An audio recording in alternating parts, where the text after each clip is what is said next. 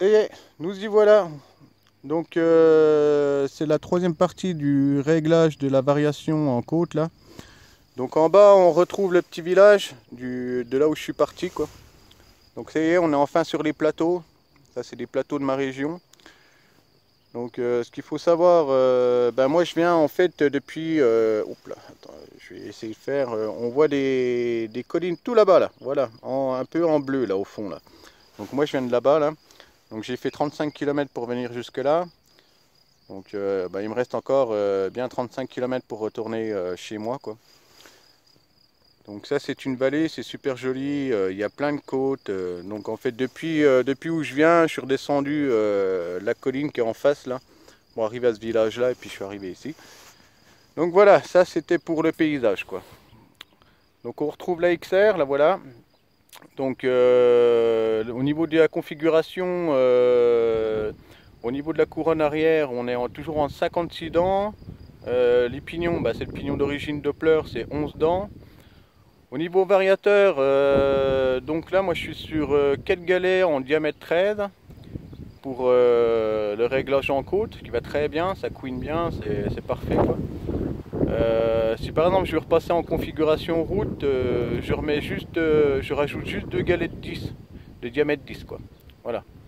Donc ça c'est ce qu'il en est de la XR, donc avec son moteur hybride, le Vario Doppler, poulie Doppler, vibrequin donc Doppler modifié. Hein. Donc je vais repasser de l'autre côté.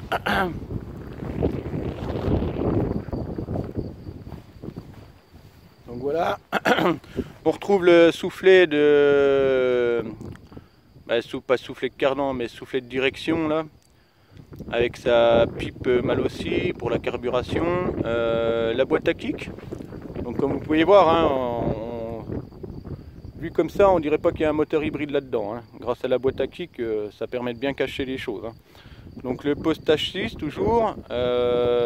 Donc là, si vous voyez bien sur le postage 6, il a été coupé en 3 sections. Donc il y a eu des renforts de refait parce que j'avais tellement peur qu'il pète au niveau des soudures, vu que c'était quand même dans les premières soudures. Hein.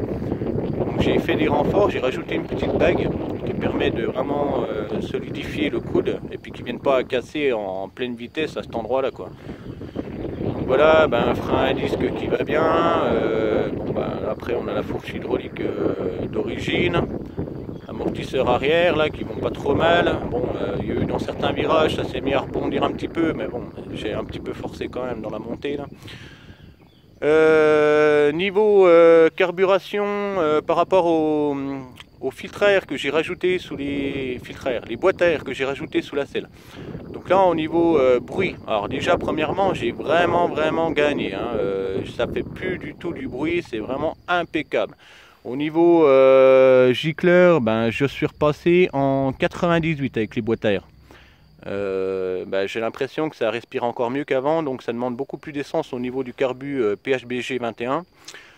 D'autre part, j'avais des trous au niveau des mi-régimes à cause des boîtes à air, donc j'ai dû repasser en aiguille de W7 en partant du deuxième cran, bien sûr, depuis le haut. Là. Je suis repassé en W9 en partant du deuxième cran pour éviter les trous à mi-régime, alors que dès que j'ouvre en grand les gaz, ça coupait le moteur et ensuite ça repartait. Donc j'avais des trous, manque d'essence quoi. Donc voilà, là ça c'est tout bon, ça fonctionne super bien. Je pense que vous avez entendu dans la montée, hein, il n'y a aucun trou qui se fait, la machine elle broude pas, voilà, impeccable quoi. Donc voilà ce qu'il en est quoi. Par rapport à ma configuration. D'autre part, hein, lors de la montée, là, ce gros sac à dos, là, ça c'est toutes mes pièces que j'emmène avec moi. Hein, donc courroie, des galets, bougies d'avance. Qu'est-ce que j'emmène? J'emmène 2 litres d'essence, on sait jamais. J'emmène du bordel. Hein, le sac en lui-même, là, il doit bien faire... ouais, il fait bien 5 kilos dans le dos, quoi. Donc voilà, ça c'est... J'ai pas le choix. Hein. Dès que je pars en promenade, j'emmène de quoi réparer ma mobilette. On sait jamais, il faut toujours prévoir. Hein.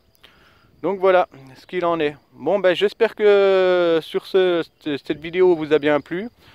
Que voilà, que vous profitez bien de ce paysage là. Moi je suis assez content cette journée là, il fait beau, je suis en congé donc j'ai vraiment bien profité. Alors je vous souhaite une bonne continuation et puis ben soyez prudents sur les routes et puis on se retrouve j'espère à très bientôt. Salut!